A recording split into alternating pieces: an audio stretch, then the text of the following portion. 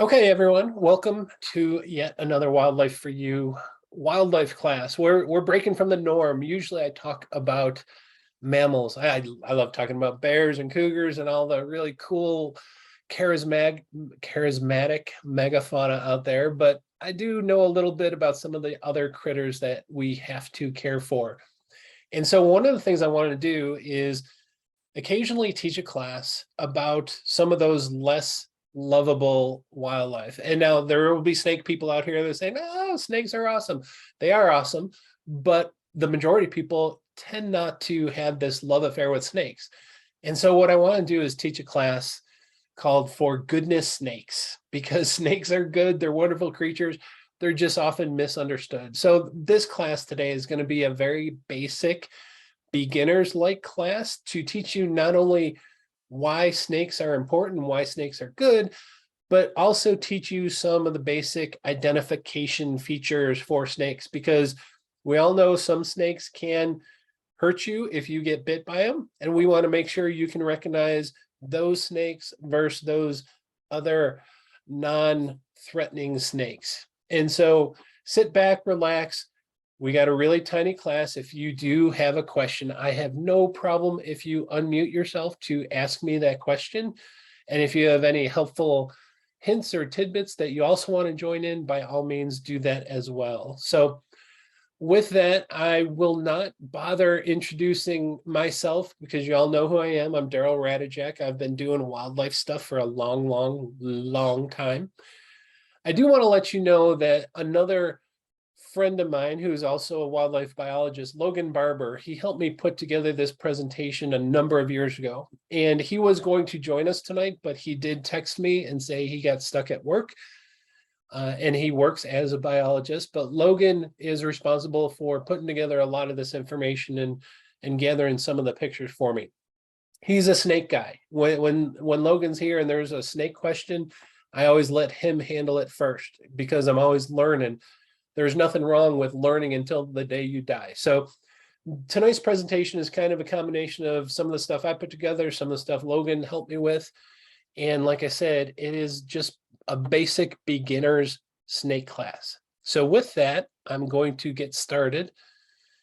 And we're going to talk about the world of snakes. And what I wanted to do, I want to throw up a picture because some of you I know are my age or close to it. And you may remember this particular scene. I remember being a really young boy going to the movies to see this with my mom. And if you don't know who that is Indiana Jones, who is played by Harrison Ford.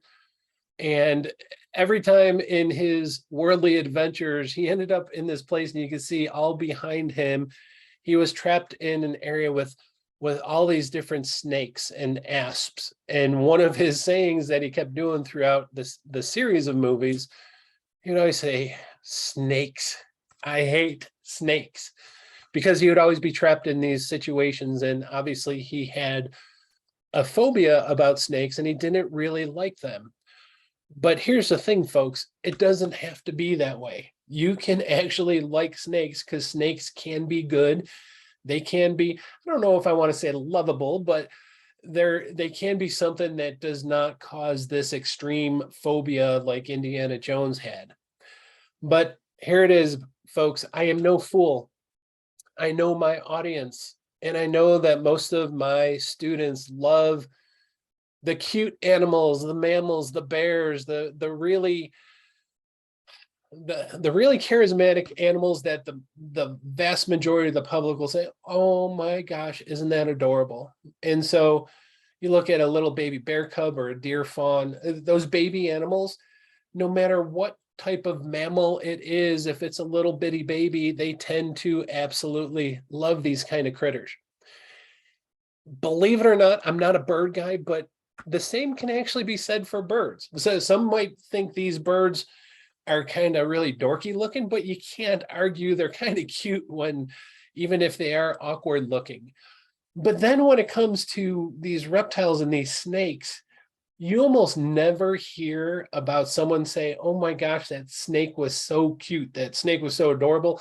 I will tell you though, I broke the mold and I found a photo that broke that mold, because I saw this thing, I'm like, oh my gosh, that's the first ever cute snake that I saw. So believe it or not, as long as you can get over that phobia, snakes cannot all, or they might not always generate this intense immediate fear. Hopefully, after you sit through this class tonight, you're going to learn that snakes can often, well, they're often really, really good for the environment. In fact, they're almost always good for the ecosystem. But they can also give you lots of pleasure by learning about snakes. Remember, when it comes to wildlife, your knowledge is really important. It gives you power and understanding, and you will feel better about the world around you the more you know. But here's the thing, folks. Snakes often get a bad rap, and it's really easy to understand why. Just take, for example, this human culture that we grow up in. Many of us kind of have this religious upbringing, not everybody, but if you are living in the US, obviously Christianity is a big thing. And in the Bible, as a young child, you learn about these stories about these snakes, these evil beings or creatures. And we're taught at a very young age that snakes are a bad type of creature. And it shouldn't be that way. You have to understand these are stories that have been written down, but it doesn't matter if it's Christianity. You look at any other culture or religion, or even in mythology, there's oftentimes this representation that snakes are not the good type of creature. And so it's more or less drilled into our psyche that they should strike fear into us. And like I said, it really shouldn't be that way. So what I want to do is teach you about snakes so you can lose this fear. If you do have this phobia, the more you know about these animals, the less you have to fear about them. And so what I do with every one of my wildlife programs, when we're talking about an individual species or a group of animals, we like talking about the biology. Let's break it down to what makes these animals tick, because the more you understand about that, the more you understand what that animal is doing. So we're going to start talking about snake biology. But one of the things that I wanted to do, you all know who I am, and I teach a lot about mammals, deer, bear, cougars, all that other stuff. Those are all mammals. But when it comes to snakes, snakes are this classification of animals called reptiles.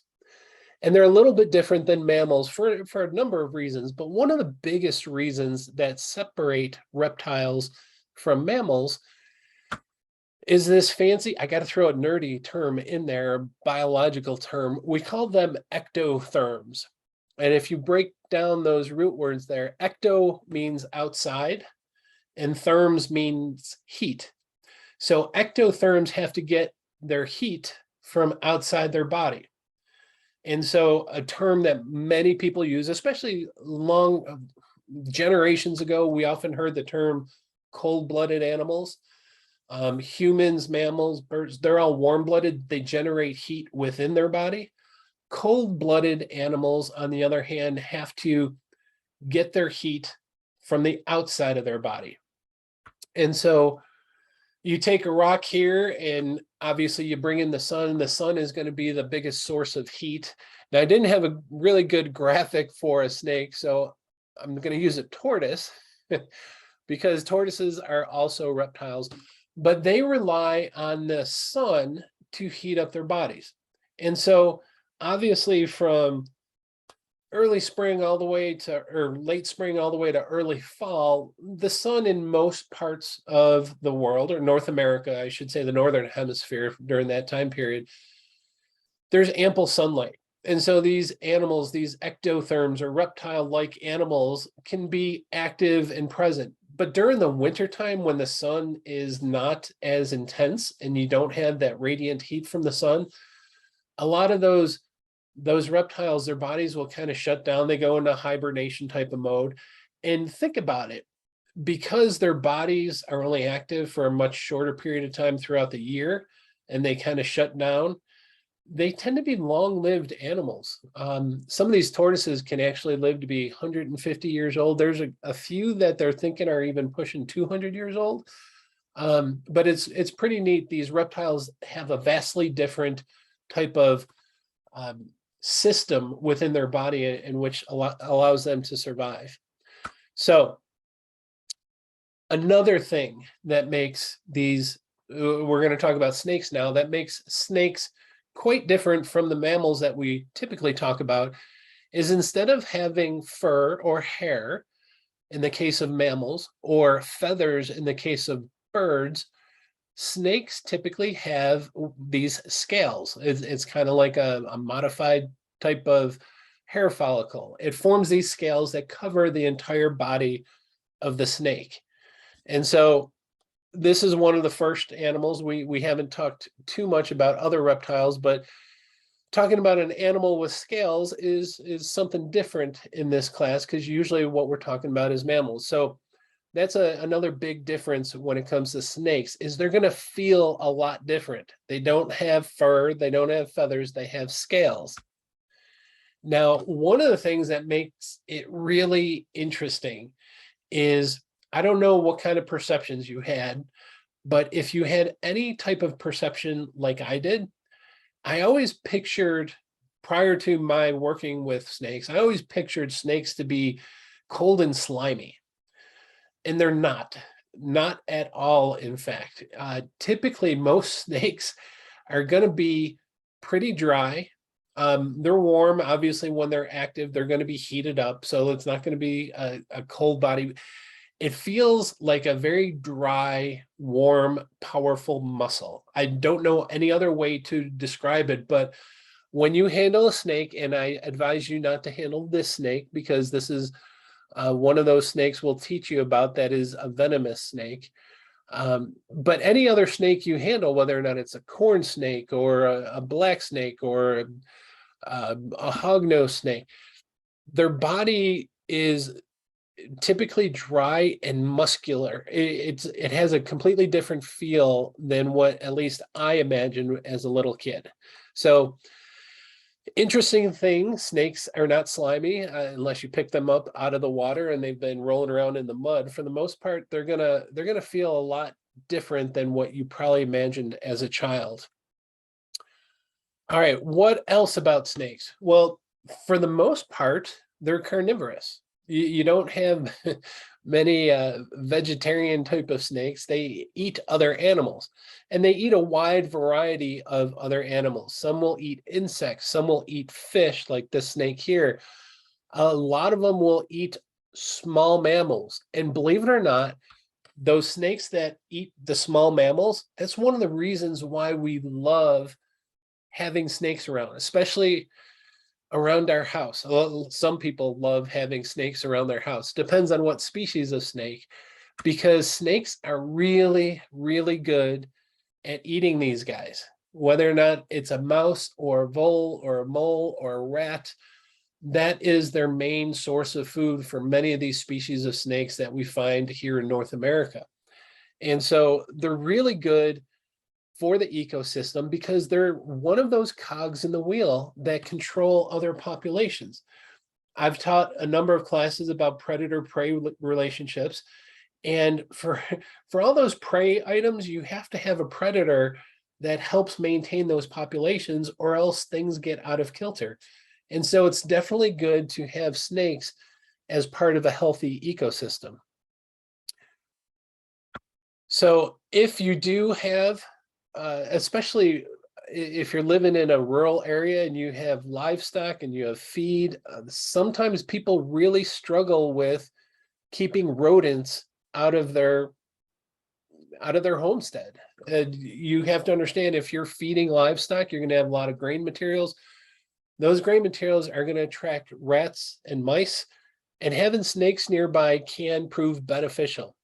I will give that caveat of a warning there to say, if you have chickens, there are some snakes that absolutely love eating chicken eggs. So there's a balance you got to strike. It depends on what you're raising and how much, how tolerant you're going to be of having snakes around. But because they are carnivorous and eat those mammals that we often don't want around, they can truly be beneficial to having them around your homestead. Now, the cool thing is there are some people that are afraid of, for good reason, of venomous snakes. There are some species of snakes that actually will prey on other species of snakes. And so depending on where you are, it's going to be different species. But the cool thing is, if you're worried about, say, copperheads, there are some snakes that will actually feed on copperheads. So it's a good thing to know your snakes and to know why they're so beneficial. So with that, let's talk a little bit about some variations within snakes. And one of the first big things that can vary tremendously is the size of the snake. So let's start with the really tiny ones. This is actually a snake you probably won't find. This is a thread snake that is typically found in India, but it is among the smallest snakes of the world. You can see that is sitting on a quarter. And so I think the biggest of the thread snakes usually only get to be about 4 inches long, but you can see how tiny it is. That is one extreme. Then you go to the other extreme and you can get these massive pythons. Again, this is kind of on the other side of the world. We don't have too many of these, although Florida is beginning to be infested with some pythons. This is a Burmese python that has grown to a size where it easily weighs a couple 100 pounds. So you can see from fitting on the head of a quarter to having almost 10 people be able to hold the snake. Tremendous variation in the size.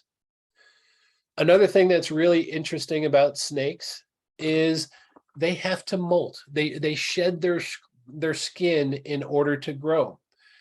And so it's kind of like a fingernail. Like if you damage your fingernail like towards the cuticle, you will watch over time as that new cuticle pushes out. That's kind of how these scales happen. When they're growing, they're all growing at the same time, and at one point they're going to shed that outermost layer. And so typically what will happen is once that snake continues to grow and that outermost layer becomes too tight, they're going to have to burst out of that. And so the snake, I don't know if it's intentional or not, but usually around the head area is where that molted layer will begin, and they'll rub it and they'll break free, and then they kind of slither out of their entire shell, so to speak, or that snake skin, so to speak, and they'll have a brand new fresh coat of the scales on them, and you'll have this snake skin left behind. It's really, really cool to find a snake skin. It kind of is a shocking thing when you find a snake skin in your basement or in your attic, because you don't even see the snake there, but you know he's been there because you see his shed skin. And so that's a really cool thing regarding molting. Now, understand molting takes place depending on how fast that snake is growing. Some people were led to believe a long time ago that they shed or they molt once a year. That is not true. They can molt multiple times in a year. If they go a year, especially when they're older, if they're not really growing, they may not even molt that year. And so molting takes place based on how fast that snake is growing. Another thing I like talking about whenever we are discussing a new species, we always kind of talk about their senses, because their senses is what allows them to survive, because every animal has to secure food or the resources that they need in order to survive. And the way they do that is relying upon their senses. And it's really cool because snakes are somewhat different than many other animals. And what I want to do is talk about one of their primary senses that they use in order to locate prey items, and it's their sense of smell. Now, we all can picture a bear or a deer or a human or a dog. We all know that nose, what that nose looks like and how we use our nose. But the way snakes typically smell is unlike other animals because they use something completely different. Now, obviously, it looks here like nostrils, and they do have some type of nostrils that they can take in the air. But the way they smell what's in the air is this beautiful little feature right here. That tongue that comes out when they're slithering by, it's actually aiding them with their sense of smell. Because if you ever looked or have seen a snake tongue, it is bifurcated. That's the nerdy biology term for forked. And so they use that forked tongue and they will stick it out and waggle it. And what they're doing is they're picking up some different molecules in the air that they're detecting. And what they do is they bring that tongue back in and they rub that tongue over this organ inside their head called the Jacobson's organ. And it's kind of like that smell receptor. And so it's removing these molecules that the tongue gathered up, and it's trying to detect where that prey item. So because that tongue is forked, if there's more of those molecules, say it's smelling for a mouse, if there's more of those molecules on the right-hand side, they know that the mouse is off to the right. Obviously, the same thing goes for if they detect more molecules on the left-hand split of the tongue. So that Jacobson's organ, by using that tongue to gather some of those scent molecules, it can help a snake detect where that prey item is. Jan, I see you have your hand up. You have a question to ask. Well, it was earlier about the molting. Yes. Like why it's translucent. It'd be kind of cool, I think, if when they molded it was a very, faded color and pattern, but Yes. still would reflect that. It would be neat if their coloration remained wholly on their shed. Believe it or not, sometimes those molted snake skins will have a very, very faint pattern to them that you can actually see. But for the most part, just think of the tips of your fingernails. Once you clip those, they're fairly, they're not as translucent, but they don't retain, there's just not a lot of color on that shed skin. And I wish I knew does it need the fluid or the blood flow or something for the color to be visible? Is that what it is? Or? I wish I could answer that straight up and tell you exactly. I knew how that worked, but you'll see that most shed snake skins are going to be fairly translucent. Now I don't want to say there's a lot you can tell. There are some sheds that you can find that you can identify the species if there's enough of that patterning left behind. The one thing that's really cool, and I'll show you how you do it later, is you can actually look at that snake skin and tell whether or not it is venomous or non-venomous. And I'll show you that just here in a little bit. Okay, so they use this Jacobson's organ that can help most snakes detect direction of it. Like I said, they use it to kind of smell the air by picking up these scent molecules and rubbing it on the Jacobson's organ, and it helps direct the snake to prey items. But one thing that's really cool, and it's especially found on the pit vipers, is exactly what I just said. It's this pit. It's a pit organ.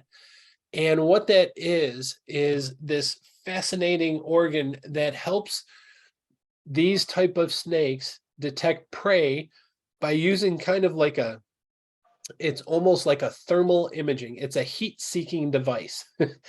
And so if you ever watched that television show Cops, where they're using the thermal imaging and you see the glowing white guy running down the street because they're detecting the thermal image from it, that's kind of what these snakes are using, is that thermal detection device. And what it's doing is it's detecting the hottest thing in the environment.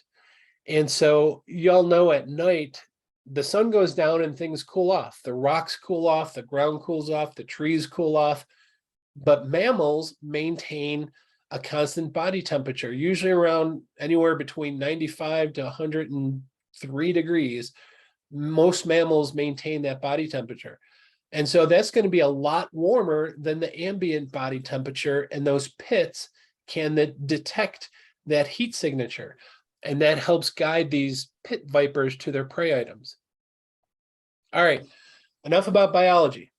I'm going to teach you something that will keep you out of trouble depending on who you're hanging with. If you're hanging with snake snobs, this will be really important to know the difference. But what I want to do is explain the difference between poisonous and venomous, because some people get really upset if you use the wrong term.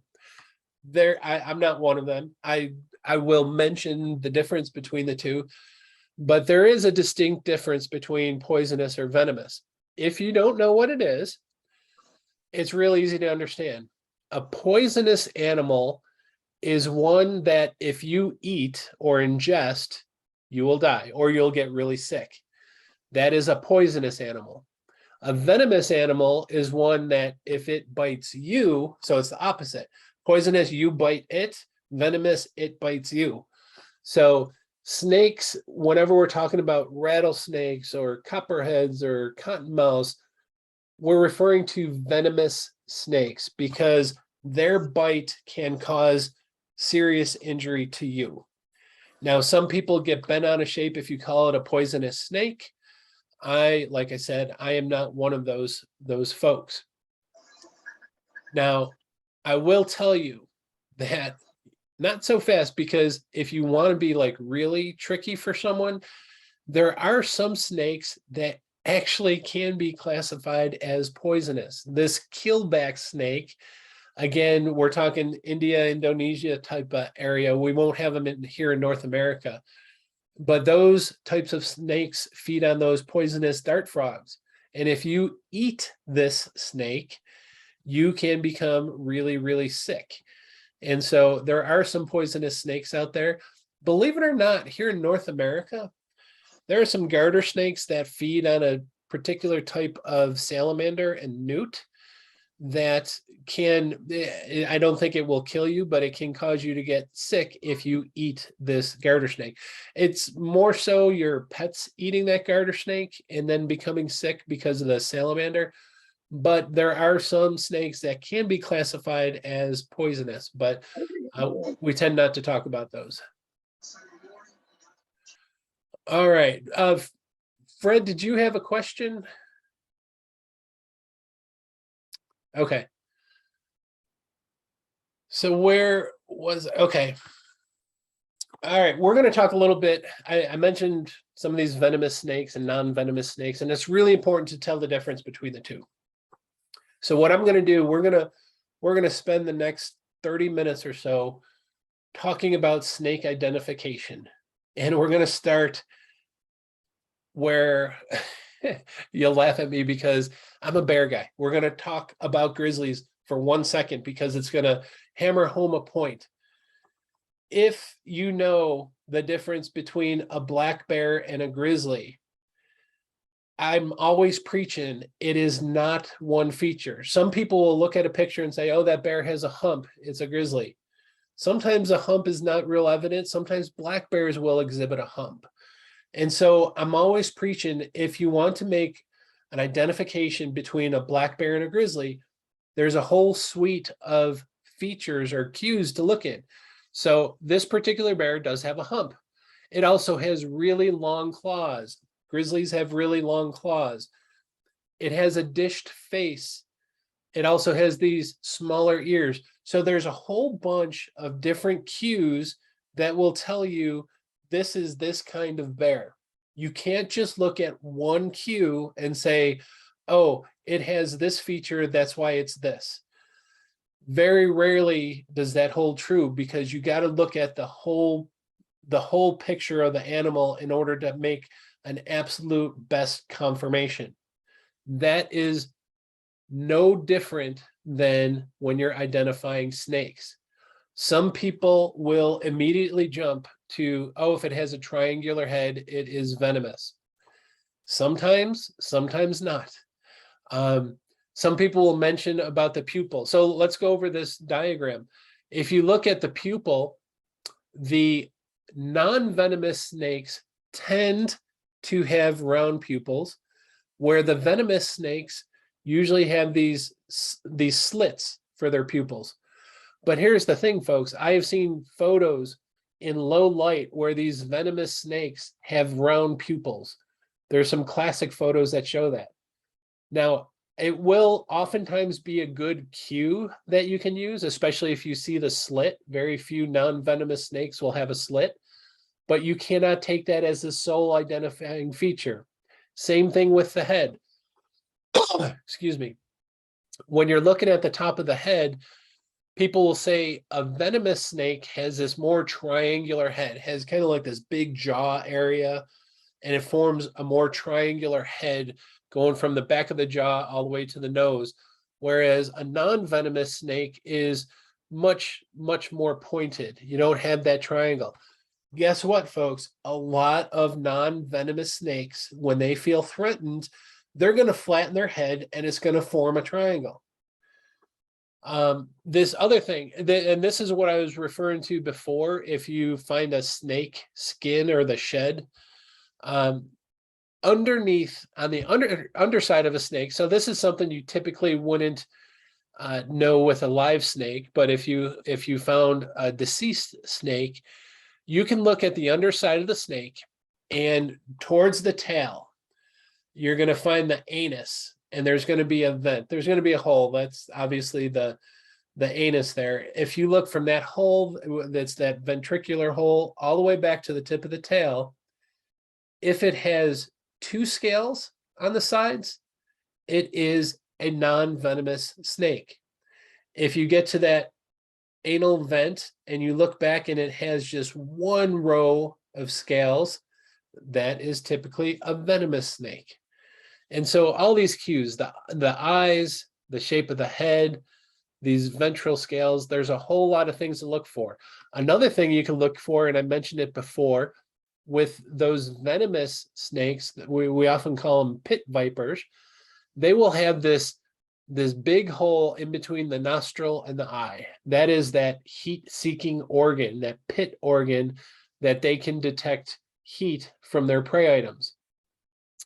The non-venomous snakes don't have that gaping big hole, and I'll show you some pictures later where that hole is very prominent. And so again, these are all these cues. Here's another photo of that underside where you see once you get to that anal vent, if it has the two rows of scales, it is typically non-venomous. Where the venomous usually has that single row of scales all the way out to the tip of its tail. Here's a slide I love, because they're talking about the shape of the head, and there's always good information out there. There's always bad information out there. There's always information that makes you laugh, because the venomous snake, again, more triangular head, not always the case, because a non-venomous snake can also display a triangular head, but they show the snake bite. So I guess one way to find out is you let the snake bite you, and if your hand swells up, no, you should never do that. But if you do get bit by a snake, if it leaves two fang marks, there's a good chance that was a venomous snake, because their delivery system for that venom are often these hollow fangs, and you will have these distinct two bite marks on your hand. Whenever you get bit by a venomous snake, it almost feels like a rasp, like a rasp or a file that's clamping down on you. It can draw blood, but usually it's kind of like that. All those little tiny bites are just rows of teeth. They're not very big teeth, but they can draw blood. And so lots of different ways to figure out if the snake you're looking at is venomous or non-venomous. I don't advise getting too close for any type of bite in either case. All right, so what we're going to do here for the next 20 minutes or so, we are going to go through snake identification. So if you have any other hints or just ways that help you identify specific snakes, again, I do not mind whatsoever if you unmute and provide those helpful hints. But if you don't know your snakes, I'll provide the basics for you to understand which ones are venomous, which ones are non-venomous, and what species they are. So we're going to start with a really easy one to identify. This is called the copperhead, and I'm not even going to bother trying to pronounce their scientific names or their Latin names, but I will call out and I'll show you where some of these snakes are in the exact same genus as the other. But we're starting here with the copperhead, very common snake, especially in the Southeast. And I know a number of the attendees or the students on my class live in the Southeast. So this is a snake that is quite common, especially in the mountains, Eastern Tennessee, Western North Carolina, Virginia. Quite often you have copperheads. Easiest way to identify a copperhead is we call out the patterning and we'll say, look at the Hershey kisses. Now, I will tell you, sometimes snake people take it for granted that everyone knows what the pattern you're supposed to be looking at. So when I say look at the saddle or look at the pattern, it's going to be the darker color, because some people will be looking at it and say, I don't see Hershey kisses, I see these white saddles here. So whenever I'm talking about the patterning of the snake, we're going to be talking about the darker coloration. And so with these copperheads, they have this Hershey kiss. Trish or someone unmute your, can you tell me, can you see my pointer on the screen? Yes. Okay, good. So the Hershey kiss pattern, remember the darker pattern on this snake forms a Hershey kiss when you look at it from the side. If you were to look at this straight down from the top, it will actually form a bow tie. So it gets real narrow on the top of the snake, but then widens. So if you look at it from the side, when people are saying, oh, look at the Hershey kisses, that's the dark Hershey chocolate. Remember, Hershey kisses are chocolate. Don't go for those white chocolate Hershey kisses. They're no good. Hershey kisses are usually dark chocolate, and so that's what you're looking for. When you see that Hershey kiss pattern from the side or the bow tie from the top, you're typically dealing with a copperhead. The other thing is it has this golden, sometimes orangey type of face. And oftentimes you'll see this eye band come through here that goes from the back of the head all the way up through their eye. This is going to be a common thread amongst the venomous snakes, especially in the Southeast. So here's another photo of a copperhead. This is a great example of looking from the side. You see this dark coloration that forms a Hershey kiss. Sometimes it's not the greatest looking Hershey kiss, but you can see for the most part, all of these going down the back or from the side look like a Hershey kiss. Again, if you look at the snake from the top, it would be forming more or less a bow tie. Once again, it has this golden yellow, almost orangey type of head. You know you're dealing with a copperhead. One of the really cool things when it comes to copperhead, and in fact, this genus, this Agastrodon genus, is when they are really young. Usually young snakes have very vibrant colors, but the copperhead and another snake that I'll show you next, when they're really young, have this bright yellow tail. So if you see a baby snake with a bright yellow tail, do not play with it. These bright yellow tails are actually used kind of to help them feed when they're really young, because a lot of insects, a lot of really small prey items will think it might be a worm or something, and then it will help the snake secure some of its prey items. When it does get some age on it, it will lose that bright coloration on its tail. But it's a very distinctive feature for a young copperhead to have that bright yellow tail. Again, you see that kind of golden type of head, the Hershey kisses on the side or the bow ties on the top. And again, this kind of eye band that runs from the back of its cheek all the way through its eye. So that is a copperhead. Very common snake, especially in the forested areas in the southeast. Well, what about this guy? This is a cottonmouth. And the first thing I want to point out is look at the genus name. It's still that Agastrodon, same genus as the copperhead. So they're very closely related. A cottonmouth and a copperhead are very closely related. You can almost consider this to be like the water version of a copperhead.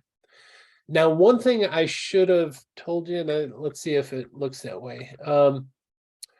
Most of these venomous snakes, when you look at the size of the snake versus the length of the snake, the venomous snakes tend to be short and fat. Oftentimes their tail, especially in this picture, their tail will look disproportionately skinny compared to the rest of their body.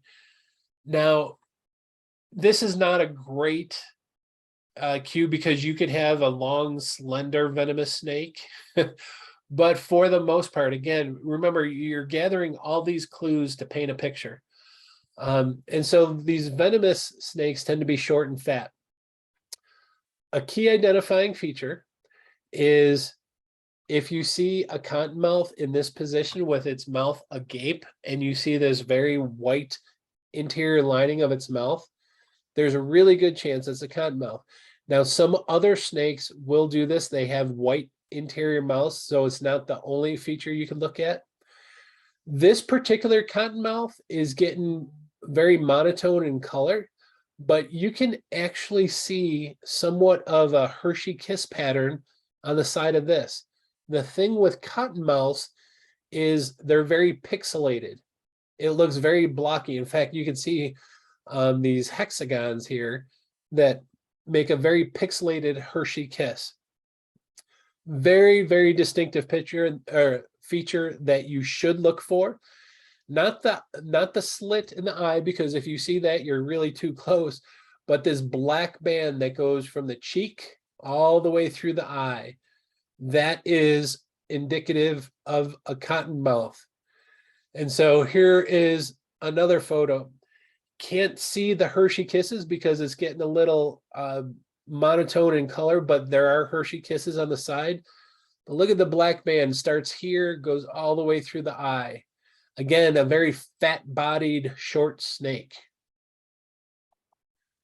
Now here's another cottonmouth.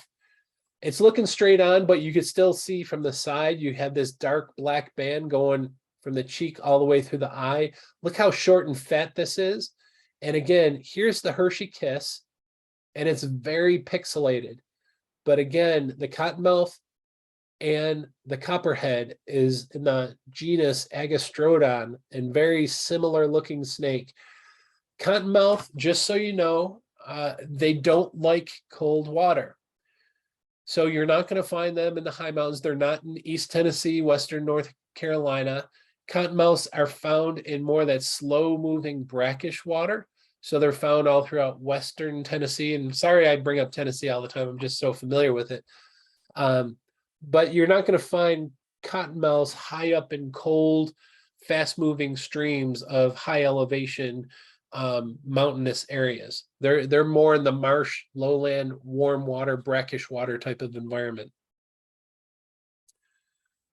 Okay, another venomous snake, which is very common throughout North America, is the rattlesnake. Now, there's numerous species of rattlesnakes. There's timber rattlesnakes, eastern diamondbacks, sidewinders. Rattlesnakes, for the most part, again, very distinctive eye band. You can see the slit in the eyeball.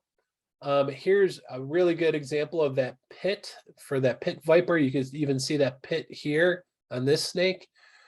Their coloration is a little bit different. They have what many people describe as chevrons going down their body. And so you don't see that Hershey kiss pattern, but throughout the length of the body, they will have these black type of stripes or chevrons going all the way down the body. Again, very triangular head, and notice that black eye band.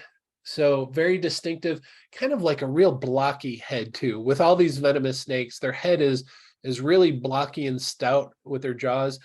Obviously, one of the biggest identifying features when it comes to rattlesnakes, though, is the rattle. And I should have pointed it out on this one. But that rattle is something that you will not only see, but you will hear it. And if you've never heard it, it is very distinctive. It'll send chills up once you realize what it is, because it sounds like a very large buzzing type of insect. But once you realize it's a snake, it kind of causes you to pucker up until you find exactly where that rattlesnake is. Here's another example of a rattlesnake. Again, very triangular head, that black band through the eyes, the chevrons going down. Can't see the rattles too well on this one, but oftentimes these older rattlesnakes, you'll see they start turning black when they get age on them. And so those first three, the copperhead, the cottonmouth, the timber rattlesnake, very common, especially in the Southeast, which most of you are located. Here is the other venomous snake that some of the Southeastern folks may have a chance to experience, especially if you live on the coast. These are mostly coastal animals. This is what we call a coral snake. And this is the last venomous snake that we'll talk about, sort of. Have you all heard the nursery rhyme? Red next to black is a friend of Jack. Red next to yellow can kill a fellow. People repeat this all the time. I will say it's a useful tool, but again, please do not rely on that only tool. You have to look at multiple features, because I have seen pictures of venomous coral snakes where the color patterning was off. For the most part, though, it does hold true. When you have red coloration next to yellow, you should have alarm bells going off, because that typically signifies a venomous snake, a coral snake. The key feature that will identify the coral snake, though, besides having that red, yellow, black coloration, is that the venomous snake is always, the front half of his face is always going to be black. And it's really, really cool to see, because you see another coral snake. Again, red next to yellow can kill a fellow, so you know this probably isn't a snake to mess with. And that the black tip of the nose confirms it. It lets you know, yes, this is a coral snake. Again, you see this. This one actually towards the front, you don't even see red here. There's some red splotching in here. So this can confuse you, because you can see red next to black is a friend. You can say, hey, that's a friendly snake. But as soon as you see that the black face, the black nose especially, you know you're dealing with a venomous snake. So those are the primary venomous snakes that you'll find in North America, especially in the southeastern region where most of you are located. Well, what about the non-venomous snakes? This by far makes up the bulk of snakes that you will encounter. And so let's start with probably one of the most common snakes that most people can identify, and it's the garter snake. Very, very common animal, especially in the garden if you're working. And there's a couple identifying features. One of the things that you can look for is these long stripes that go down the length of the body. Very common feature for a garter snake. It also kind of has almost like a checkerboard pattern here. This next photo does a really good job. Kind of looks like a checkerboard pattern. You can't see the stripes going down the body on this one too well, but this too is a garter snake. Again, non-venomous, friendly little critter that loves feeding on frogs and insects and things in your garden. This one definitely shows much brighter coloration. The one thing that you'll notice with snakes, and it frustrates me because I'm not a snake specialist, the variety of patterning and coloration within the same species. Because you look at this one, it's a very drab brown. And then this one is much more vibrant. You can see the stripes very easily. And so you definitely have to use multiple features in order to make your best guess as to what that snake is. So again, a garter snake, those long vertical stripes, they have really big eyes. You can see the round pupil there. So that is probably one of the snakes you'll encounter most often when you're out and about in your garden. Here is another very common snake. This one can grow to be quite large. It is a gray rat snake. In fact, the rat snakes, there's a lot of different species. There's a yellow rat snake, a black rat snake. They're good snakes. They're non-venomous. They're friendly. They can grow to be quite long. The thing here, and the way that Logan always described it, when it comes to those venomous snakes, he always said they're short and fat. And these non-venomous snakes, when you think of a snake being long and skinny, the non-venomous snakes fit the bill of being long and skinny. They're proportionate to being a snake. So you have this really long snake. You can somewhat see saddles on this. I'm not going to use this one as a great example because the coloration is a little off, but this is a gray rat snake. They are wonderful tree climbers.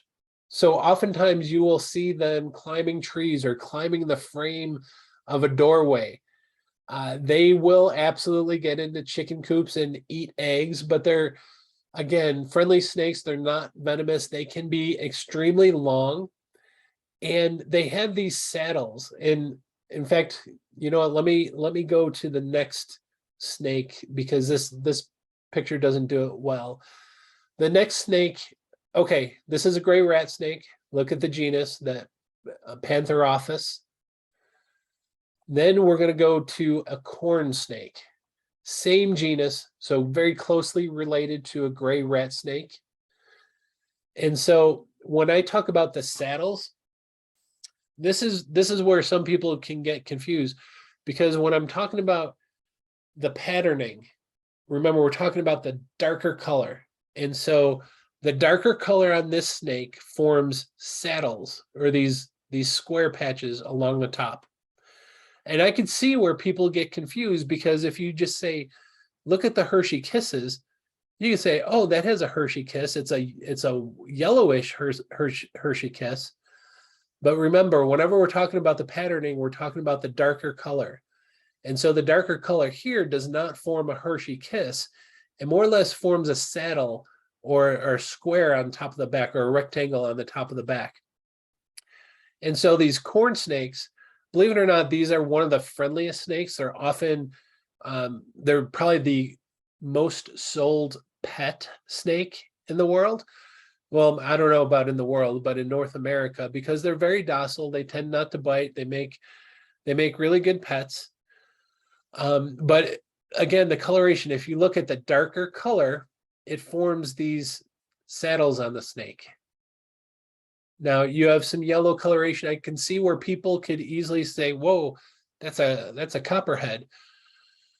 The patterning is different, does not look like the patterning on a copperhead, because remember the darker coloration does not form the kisses on this. It does have that yellowish golden look, but look at the head. It is very slender head. It does not form that triangular pattern. And there is no dark band or dark black line that goes to the eye. And so this is a corn snake. Now they can come in different colors. You can have a very drab looking corn snake, just like this one here. But again, very, very friendly snake in that lots of people will have them as pet snakes, but very good for the ecosystem. They feed on rodents and insects that you oftentimes don't want around your house. Now, what I'm going to show you is one of my favorite. Ask a question. Sure. When there's such a variation between the patterns obvious, but the color's very vivid or the color's very dull, are they dull before they're ready to molt and then they're vivid again? That is an awesome observation, Jen. That Okay. could very well be happening. One of the ways to tell that they're about to molt is if you can get a look at their head, their eyes will become very hazy or smoky because it's developing a film. They'll even shed the skin that's over the top of their eyes. But if a snake is getting ready to molt, absolutely, it will appear more duller in color. As soon as it molts, it will have a more vibrant color again. But another thing that affects the coloration, oftentimes when the snake ages, young snakes tend to be much more vibrant. The older snakes, their patterning kind of tends to blend in. They become more uniform in color. So sometimes these patterns are more difficult to see the older the snake gets. And I will tell you without a doubt, I'm not ashamed to admit it. There are many snakes that I'll see a picture of that I'll call up Logan. I'm like, is this what I think it is? And he'll tell me what he thinks it is. Because some snakes can be very tricky, especially if their patterning is really dull. So here is probably the coolest snake of all. I don't know if anyone has ever seen one of these. It's a very short, stocky snake. And remember what I said about the non-venomous tend to be long and more snake-like, where the venomous snakes are shorter, fatter, and stockier. Believe it or not, I said this Eastern hognose is non-venomous. It is actually venomous, but it's not medically significant to humans. It's might be like a bee sting. They tend not to bite at all. They have really small fangs as compared to the copperhead, cottonmouth, timber rattler. They tend not to be considered a venomous snake because they don't bite often. Their fangs aren't really used, and even if they deliver some venom, it's not medically significant to a human. It's great venom for a mouse, but the humans typically don't react to it. But it's a really cool snake, and so we do classify it as non-venomous because it's not one that we typically need to steer clear of. Now, this snake has a lot of nicknames. People will call them spreading adders or even sometimes puff adders. They're not adders, but what they will do is they'll flatten their head very much like a cobra.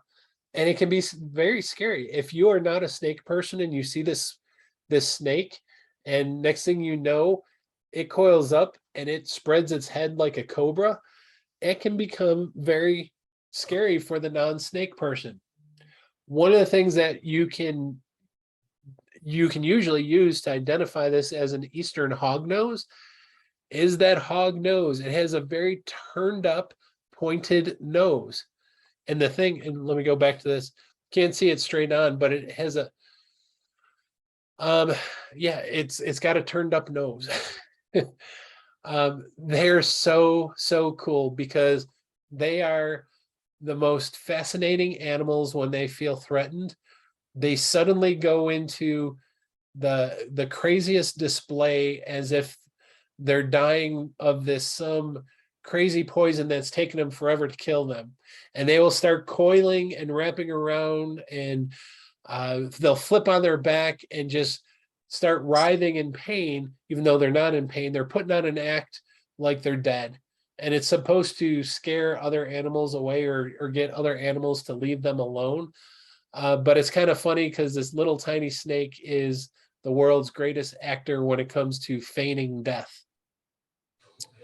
I like the second part of its a Latin name, like rhinos, which is nose, and plata makes me think of platypus. Yeah, which, it's probably turned up nose type of thing. yeah.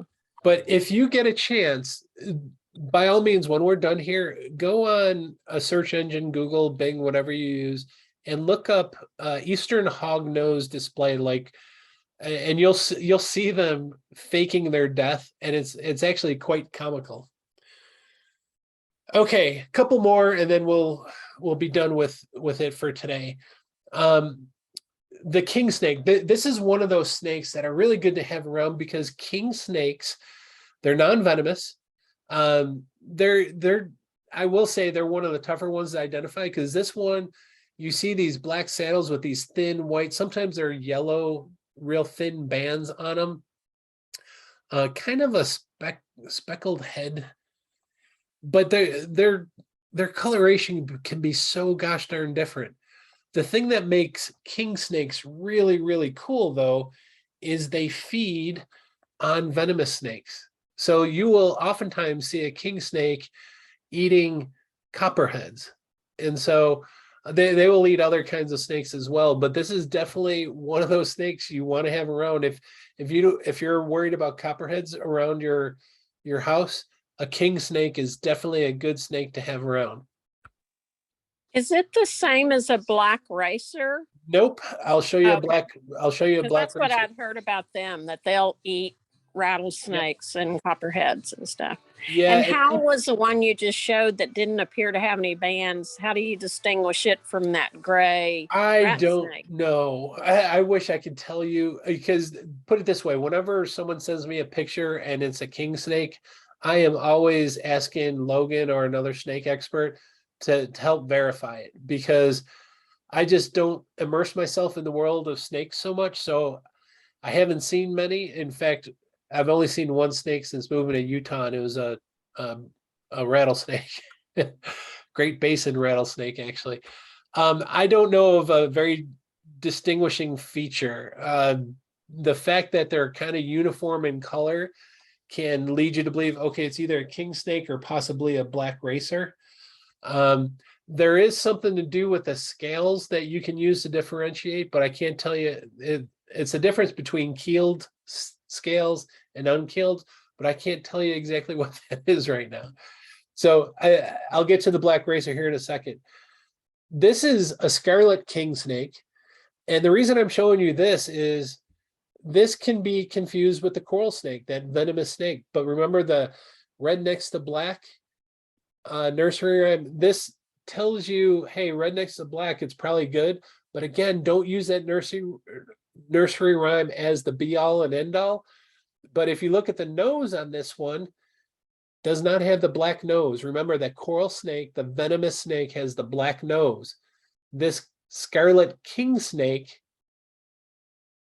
has a red nose. So red next to black, but look at that, the front half of its face, it's red. Again, here, front half of the face is red. So these scarlet king snakes, again, look at the shape of that head. It's very narrow and long, so you know this is not a venomous snake. And again, you can see some saddles here.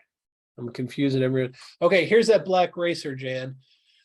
I can easily see where people will confuse it as a king snake. And there's nothing wrong with it. In fact, the king snake and black racer, both harmless to you, both good for eating other snakes. And so if you get it wrong, it's it's not that big of a deal.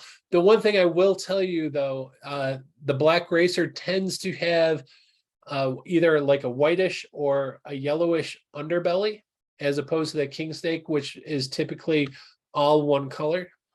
The one thing with black racers, they tend to have really big eyes. This is not a good picture showing it, but they tend to have big eyes. You can see the whitish on the underbelly. The thing that will help you identify a black racer from a king snake is you will likely jump out of your shoes if you go to step on a black racer, because they are fast snakes. So when you see something suddenly shoot out from underfoot and it's a snake, there's a good chance it's a black racer, because they're really fast snakes. All right, here's small snake. It's called a ringneck, harmless, very much like a garter snake. I love these things in the garden because they're cute kind of snakes, very distinctive ring around the neck. And so tend to be small, 18 inches or so, usually in length for a large ring neck. Typically they're much smaller than that. But again, their identifying feature, you'll see some yellow on the underside, but that ring around their neck helps identify them as a ring neck. Another really cool snake, very common. This one can often be confused with a garter snake because it does have that checkerboard-like pattern. But this is a Decay's brown snake. I don't know, other than that checkerboard pattern, you don't really see the vertical striping all the way down the body like the garter snake would have. But one of the things that Logan always pointed out was they tend to have these black bars behind their eyeballs. And I don't know if all of them will show that. Oops. There's the black bars. You can see a couple of these black bars behind the eyes. That's typical of the Decay's brown snake. And again, you see the black bars here. And again, very checkerboard-like pattern, fairly small snake as well. Now I will get to the last snake, which is the most misidentified snake in the United States. Can anyone guess what it is? See it in water quite a bit. Water snake. A what? A northern water snake. Very, very good, Fred. The water snake. There's multiple species. There's the banded water snake. There's lots of different kinds of water snake. They're all in that the genus Nerodia. But these are so misidentified. People see these and they immediately call them a cottonmouth or a water moccasin. They are not. They are a non-venomous snake. You can see some of the bands on here. I can see where people say, oh, I see the Hershey kisses, but the identifying feature for a water snake is look at the face and you see these black lines on the jaw. When you see that, you know you're dealing with a water snake. Remember that cottonmouth will have a very black eye band going from the back of its head all the way to the tip of its nose, but it does not have these black bands on its jaw. And so people see this, and oftentimes these are in water, and people will freak out thinking it's a water moccasin. It is not. It is typically a banded water snake. Some of the younger ones could be very vibrant in color. The one thing I will tell you with the water snakes, I don't want to say they're aggressive, but water snakes tend, especially if you're canoeing or kayaking, a lot of times they will swim towards you thinking especially if you're in a canoe or kayak, thinking it's a log for them to crawl up on. And so people will see these water snakes swimming towards you and they freak out. But this here can be very intimidating. If you see this big old snake sitting on a log, right away, your mind goes to the darkest place possible, thinking it's a water moccasin. It's not a water moccasin. If you see the face on this, you can see the black lines on its lower jaw. This here is actually a diamondback water snake, which can grow huge, and they can be very intimidating looking animals, but they are non-venomous, really good at catching fish and other amphibious animals. But it is probably the most misidentified animals because people think that they're being chased by water moccasins, and they're not. So, all right, I'm going to end this and just debunk a couple of snake myths. First, let me quiz you. What kind of snake is this? Anyone know? Copperhead with a Very yellow good. tail. Yes, copperhead. You can see the Hershey kiss patterning, that bright yellow tail. Remember, cottonmouths, juvenile cottonmouths will also have a bright yellow tail, but this is a baby copperhead. There is a myth out there that says juvenile snakes are more dangerous than adults because they can't control their venom. That is not correct. That is an urban legend. There have been test studies that show they actually have control of their venom, but you also have to think a young cottonmouth or copperhead, their venom is still potent, but it can't deliver as much as an adult. So the bottom line is both young cottonmouths or copperheads and older ones are equally dangerous. Young snakes are not more dangerous than adult snakes. And so that is a myth. Another thing that a lot of people have relayed to me is, oh, if you count the rattles on a rattlesnake, you can tell how old it is because it's one rattle for every year. So they would count this and 1, 2, 3. This is 11-year-old. That is not true. Now, oftentimes they will add a rattle when they molt. Not every molt will add a rattle, but the fact that it's so variable, they can molt multiple times in a year. They might not molt. And so you cannot use the rattles as a basis to tell you exactly how old that snake is. Now, I will tell you, a snake that has 15 rattles is typically going to be older than a snake that has 4 or 5 rattles. And so you can judge it's an older snake, especially if it has lots of rattles, but you cannot judge the age by simply looking at the rattles. So that is a snake myth. One that's pretty much a myth up in the mountains, they'll talk about a hoop snake that will bite its tail and then roll down the mountain. I won't even go into that. That hoop snakes are not real. And then the last myth that some people say snakes are awesome, believe it or not, folks, that myth is absolutely true. Snakes are awesome as long as you know and understand about them. So anyway, I'm going to wrap it up here, give you a little summary and just say snakes rock. They're really cool animals. The more you learn about them, the better off you are, and the less frightened you should be of them. I do have a bunch of photo credits because I use a lot of photos from the Tennessee Watchable Wildlife page. Just so you know, this photo here, this kid probably was not smiling too long because he's actually holding a baby copperhead in his hand, and he did get bit. There's photos afterward of his hand all swollen. You all know Wildlife for You webpage. We got our podcast, which is grossly over out of date. We've got to do more episodes soon. The best way to keep track of our classes is on Facebook. So just follow us on Wildlife for You on Facebook. I will tell you, typically we do these classes every 2 weeks, or it's on the first and third Tuesday of every month. We are changing that up a little bit. It's not going to be on the first Tuesday of October. It's going to be October 12th.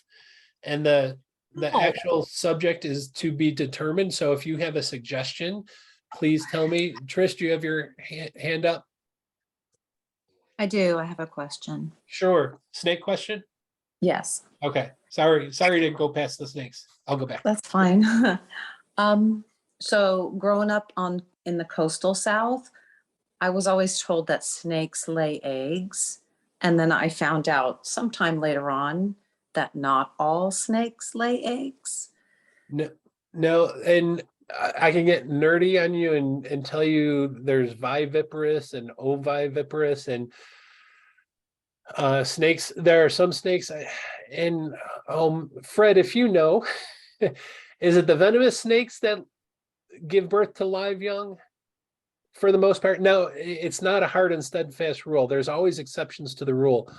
But there are some species of snakes that lay eggs. Some species of snakes give birth to live. I was just wondering if it was climate or geography. Oh no, it's the different species, and I don't know why the venomous snakes tend to give birth to live snakes instead of laying eggs.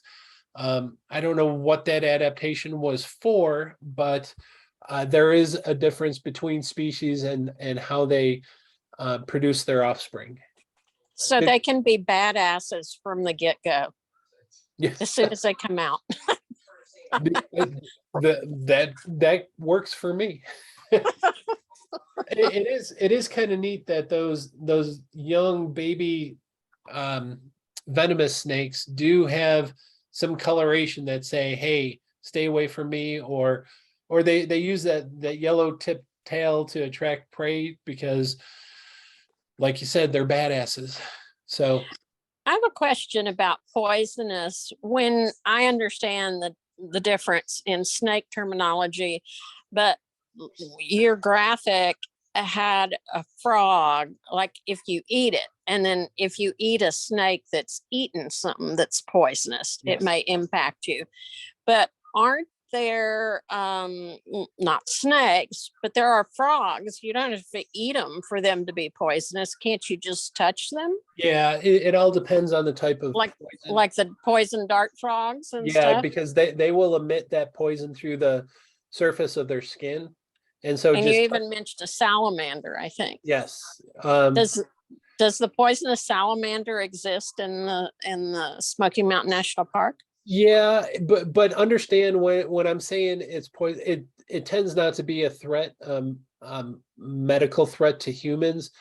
it can cause pets and other animals to become sick. And if it's a small animal, obviously the toxin has a much greater effect on it. Might And be something good to proliferate. I mean, it's true. You don't have to tell all the details and maybe get people to quit picking them up. yeah. Oh yeah. Oh yeah. Um, so I will end this. The one thing I did want to tell you, and y'all might not be interested, if you have a suggestion for the next class, which will be October 12th, the reason I'm not teaching a class the first week of October is I'm doing a special, it's a Wildlife for You trip. It was originally called the Green Fire Tour, but it's a week-long in-person class. And this year we're going to Durango. I've already got the whole trip booked. But we do every day we do a different trip. We're going to be visiting Mesa Verde National Park, going on a hike in the wilderness, visiting some hot springs. It's a wildlife geared tour. I will tell you, I'm planning on doing another one next year in southern Utah, probably in the late spring. Once I release details, you'll find the details for that on Facebook. So with that, y'all know about my classes, and I want to thank you. And I do want to say snakes actually can be cute. So with that, if you have any other questions, I'll be happy to answer them. I have one. I was surprised. I have witnessed someone being bitten by a rattlesnake head after it was decapitated. But I think today when I was searching for something, I saw that a copperhead could do the same thing. Yeah, Do you know if that's true? it's not just a venomous snake reaction. It's any. I hate looking at videos or seeing those videos where people are just killing the snake because they're fearful of the snake. But Right. And it's illegal in Texas and Tennessee, I think, yeah, in to most intentionally kill any snake. in most states, not all, in most states, it's illegal to kill an animal unless there's a hunting season on it. And snakes don't have hunting season. Actually, Texas might, or Florida might. Anyway, when you decapitate a snake, it's still going to have some nerves firing. And so they always say be careful, because if you decapitate a venomous snake and then you mess around with the head, it still has that bite reflex. One of the easiest ways to see this, if you go fishing, sometimes, especially if you eat the fish, you'll be gutting a fish and it's completely dead, but it's still twitching, and it's kind of freaky. But that definitely happens a lot with the snakes. They'll still have their muscles firing, even though the animal is technically dead. It can still bite and inject poison if you're not careful. But that only lasts.